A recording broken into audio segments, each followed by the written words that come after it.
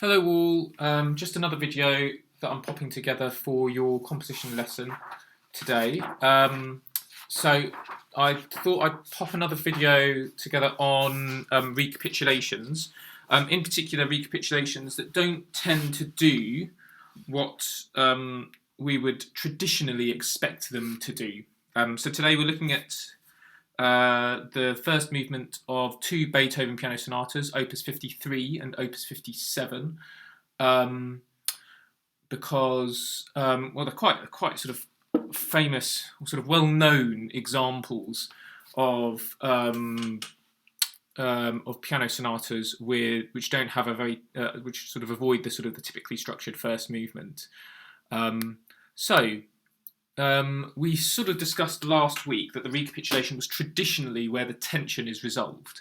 We set up tension in the exposition by moving away from the tonic in the second subject, and then when we have both subjects in the tonic in the recapitulation, that's where that harmonic tension is resolved and everything is kind of brought back to normal.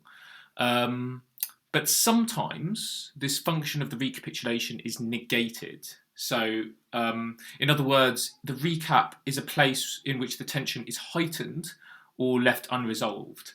And then this, because the tension hasn't been resolved, it creates the need for a coda to resolve the tension at the end of the movement. So we get to the recapitulation, a new problem arises, and we need some more time to sort of solve that problem, to resolve that problem, is how you might think of it in narrative terms. This might be, if we're thinking actually in terms of like a narrative, it's kind of like an Act 4 problem in a sort of a typical kind of 5-act structure. In this, if we've got sort of a problem in Act 4 that needs to be solved really quite quickly before the resolution in Act 5, this is kind of how we might understand this in dramatic terms. Right, so moving on, we're going to think about Beethoven's Piano Sonata Opus 53, the Waldstein, and Opus 57, the Appassionata. These are two examples of Beethoven's middle period piano sonatas, which again are really, really well known for deploying this technique for withholding resolution in the recapitulation until a kind of a lengthy coda at the end. Right, so when we've got this kind of structure, we need to think of it, we can think of it in terms of being much more end-weighted. The exposition and the development become a little bit less important, and the coda, a section that would not usually be granted a huge amount of importance, now becomes really like a focus point. It's a much more teleological structure. We're very much moving towards the end goal of the coda right at the end of the movement, rather than putting quite a lot of weight on the exposition and then kind of resolving that tension in the recapitulation, usually as soon as the second subject appears in the tonic. Cool. So we're going to start with the Appassionata first. So here's the first subject as it appears in the exposition.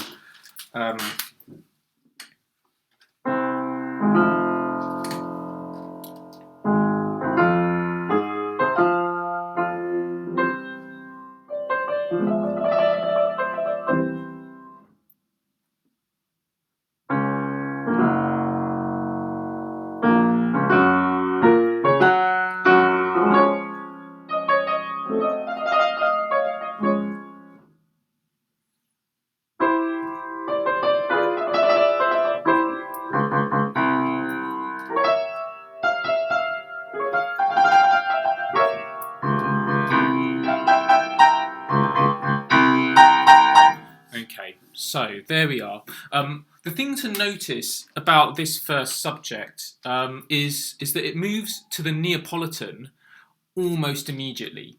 So we get this sort of kind of low, growly, potentially sort of gloomy, broken chord structure, and this second part, which relies on this trill, and then immediately after that it is repeated up a semitone. So from up to. And because we've introduced the Neapolitan key, like really quite a distant key, very, very early on, it sort of ramps up the harmonic tension right at the opening of the piece. It's like, right there, first subject group, this is where we're starting to feel the harmonic tension build. And so that, it's already like a kind of, it already sort of foreshadows what we're going to see at the end of the movement, at the recapitulation. So there's our first subject. Now, when it appears at the recapitulation, I'll just see if I can play this through for you. So here we are.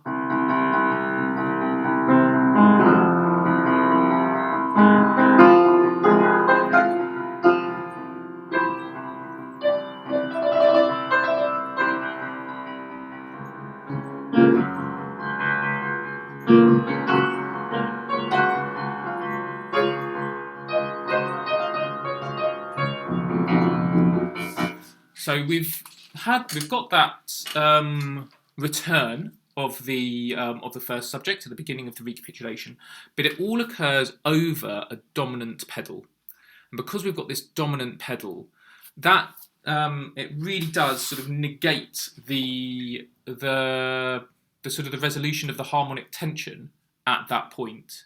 Instead of it being really, really secure, harmonically, because we've got that dominant pedal, we're expecting it to resolve. When we get that dominant pedal, we actually get chord. It's chord 1C that's implied. So if I just play chord 1C in F minor, that's the chord that's implied, and that chord, because of this fourth between the bass and the root of the chord.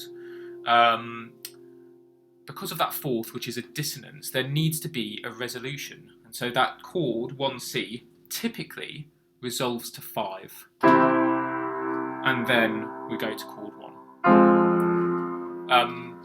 So that's why we don't get a proper resolution there. We've landed on a chord right at the beginning of the recapitulation that absolutely needs to resolve. And so because we've done that in the recap, we basically need a coda. The tension hasn't been resolved at this point, and so we need a coda to sort of sort out the situation, to resolve the harmonic tension. So here's the coda. The coda begins with sort of first subject group material, and this time it's a lot more harmonically straightforward. So if we're looking here at the three bars over onto the left, we end up with something that sounds kind of like this.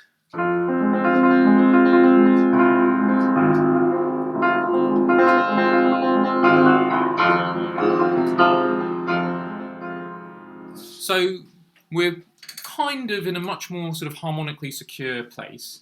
And then actually what happens really is that in that coda we then start to proceed through a number of different keys, and it starts to feel very much like a second development, as though we're trying to work out the harmonic tension again, and land on more stable ground. So we end up with this sort of first subject group material, and then we go through quite a lot of different keys before landing on a really good sort of strong perfect cadence here, and then this perfect cadence is repeated. So we end up with 5, 1, and then 5, 1, and then 5 and 1 again, and then this chord 1 is extended for a long, long period of time. We're looking at 5 bars just of chord 1, after we've had 7 or so bars of like extended perfect cadence to really, really, really resolve the tension. In fairness, there's another kind of perfect cadence up here that I've missed. 5,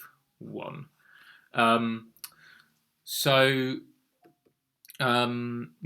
Once we've sort of had that relatively tense recapitulation, we need to, in the coda, have some time to work out that tension again by maybe exploring other keys, by having a kind of a second development, and then we really need to like emphatically state a perfect cadence in the tonic to make sure that we've really landed in the tonic key again to properly resolve that tension.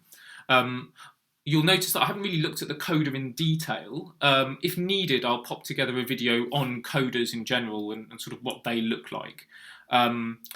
But I didn't feel like it was the place for it here in this video. So I think maybe that's what we'll end up doing next week. I'll pop together a video on codas.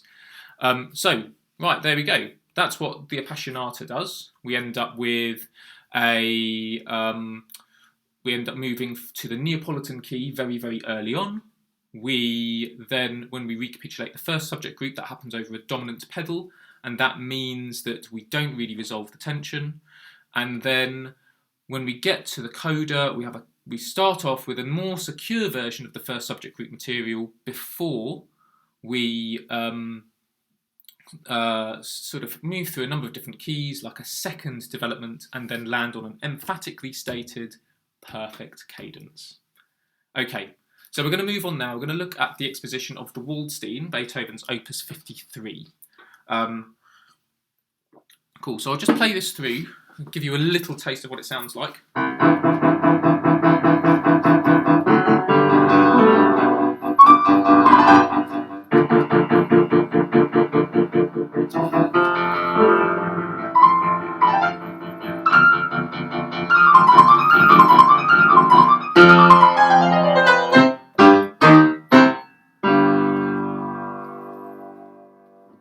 Okay, so there's the first subject, and it starts on the tonic chord. It starts on a C major chord, but it moves very, very quickly away to G major. So we get chord 5-7-C of G major here, and then chord 1B of G major here on the first beat of the bar. And so we start on the tonic, but then because we move so quickly away from the tonic, because that initial tonic chord isn't in fairness acting as the tonic, it is acting as the subdominant of G major. It's acting as the subdominant of the dominant. The tension is immediately heightened because we're not in the tonic key at all. Arguably, we do have a sort of a 5-7 chord in C major here broadly, but then it sort of seems as though we're landing on C minor there before landing on the dominant again. And then we actually start the process. We sort of repeat those few bars, but with a sort of different figuration. So it sounds a little bit like this.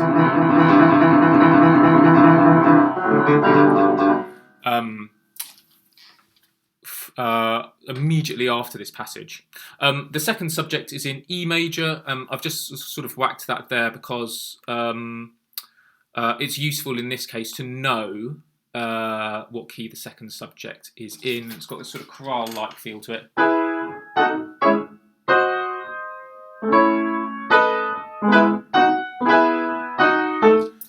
And so on and so forth. So there's the exposition of the Waldstein. And this is what's going on in the recapitulation.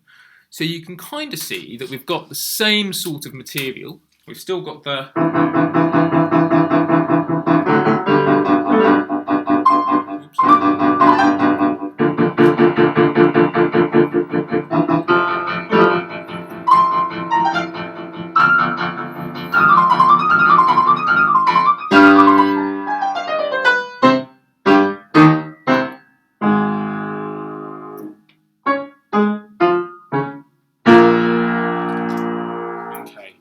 So we end up landing on this A flat, which is very, very much not expected. It feels as though we've landed in the wrong place.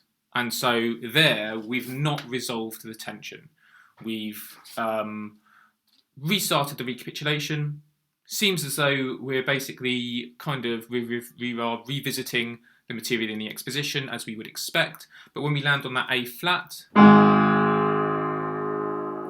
that suggests that we're going to move somewhere new. And then we get the Neapolitan chord, we get D flat major in this bar before we land on B flat here. And that B flat pushes us into E flat major. So yeah, the recapitulation in this case actually feels a little bit developmental because we've already moved through a number of different keys here. This feels as though we're about to start a development section, really. And in fairness, the recapitulation doesn't feel very settled harmonically, so it doesn't resolve the tension. So here's the second subject. I've just popped in the beginning, but you can kind of see that now this second subject is in A major before moving into A minor, and then later onto C major, but only really right at the very end, and then it's kind of negated a little bit later on in the movement.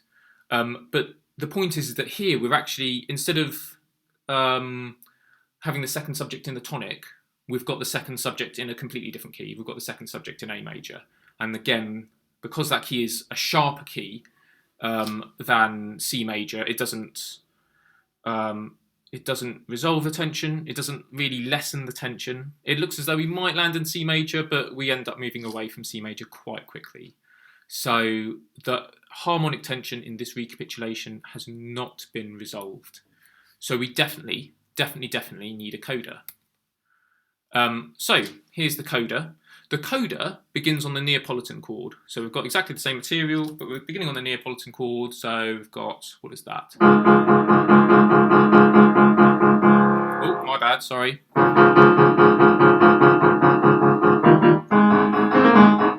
So there's the beginning of the coda. We're starting on the Neapolitan chord, and it's acting as chord 4 of A flat major in a similar way to before. And then again, the coda acts a little bit like a second development.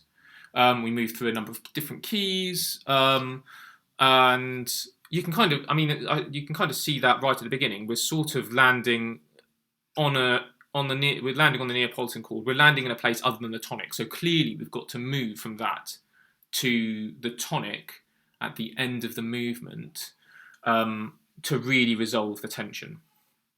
So right at the end of the coda then, this is where we end up.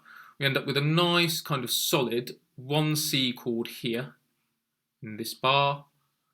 And then we land, after a bit of kind of chromatic kind of elaboration, we land on a 5-7 chord here. Sort of.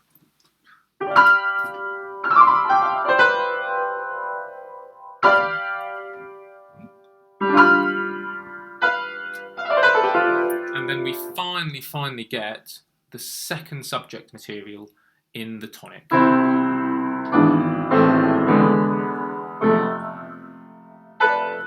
Bear with me.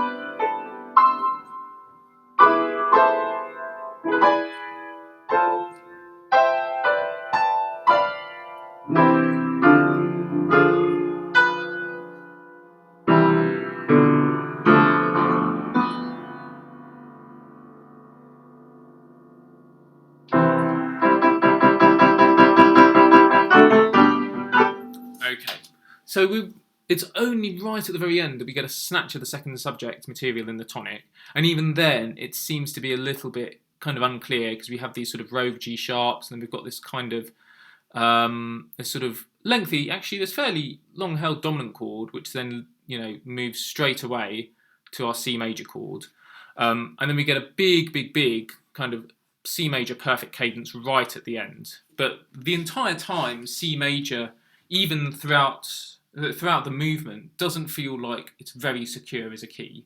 And so the coda is needed to try to resolve some of that tension. So what could you do in your piece? How might you use this material? So you might decide to deny the resolution of the tension in your recapitulation by introducing a dominant pedal, like in the Appassionata, or by landing on the Neapolitan chord, or you might recapitulate one of your subjects in a different key, presumably a more sharper key, so that you really add the tension, and that would certainly create the need for a coda right at the end of the piece. to resolve that tension that has been left unresolved. I would suggest that you'd need to set up some extra tension in the exposition. So Beethoven moves to the Neapolitan very, very, very quickly in the Appassionata, and in the Waldstein he moves to the dominant almost immediately, right at the beginning of the piece.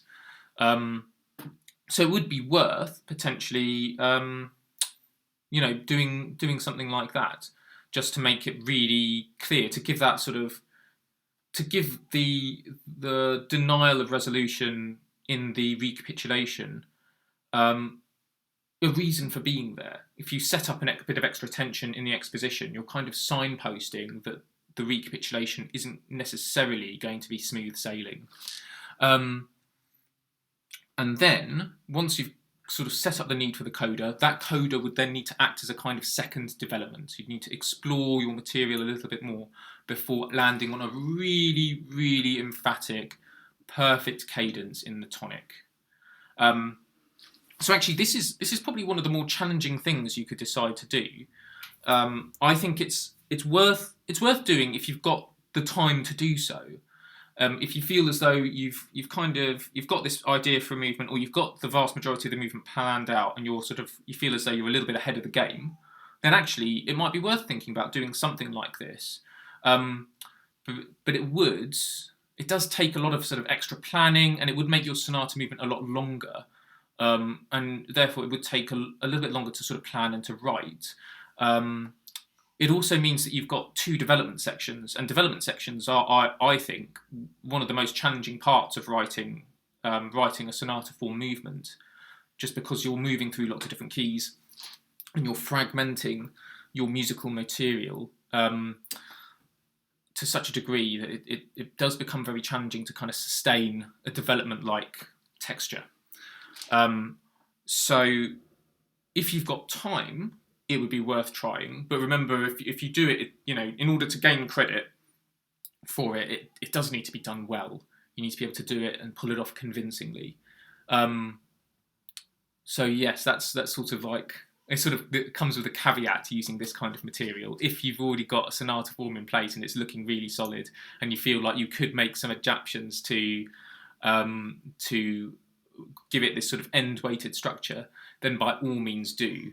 But if you're kind of not convinced by the sonata form structure that you've got already, or maybe you're struggling already to write a development, then actually you're much better off writing a simpler sonata form really, really well than trying to attempt something more complicated and having it be not so convincing.